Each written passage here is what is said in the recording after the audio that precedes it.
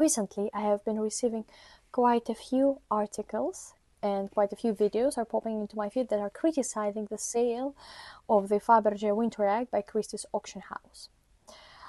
First of all, amazing sale. I was there during it in the room. A lot of vibrant energy. Back to the theories. Well, first of all, there is one theory is weirder than another. First theory, that basically there was somehow copy made in the beginning of the 20th century, and Soviet art historians have sold, and so basically Soviet leaders have sold the copy, and Soviet art historians have hidden the original egg.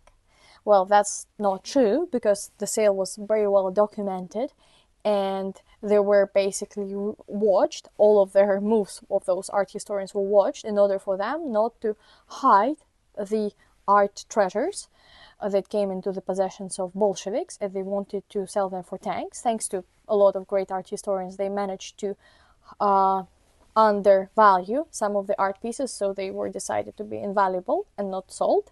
However, that wasn't the case with the Faberge egg, as you could see it's quite shiny. It was difficult to prove to communists that this egg is not valuable, because they were like, oh, shiny thing.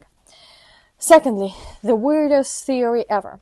There was a copy made in the 1990s by one, I think, goldsmith in Russia that actually made its entrance to the trade. I think you could see even the photo somewhere. Here's the photo. And this copy was actually going around Russian art market. You could see how different it is from the egg in Christie's. But those people who are writing about it, I mean, there could be some logic if they wouldn't, but except of one fact. They didn't know who bought the egg, which explains everything. So imagine, the predecessor buys an egg of the Soviets, from, like, basically the Soviets. And then his ancestors, who are leading dealers of Faberge, leading Faberge gallery, buys the fake of the egg again, or advises to one of their top clients. Where is the logic? Where is the logic here?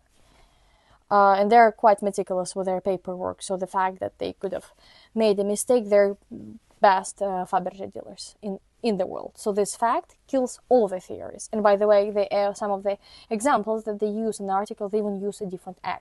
It's not that egg. There was a particular Easter egg as well, but whatever.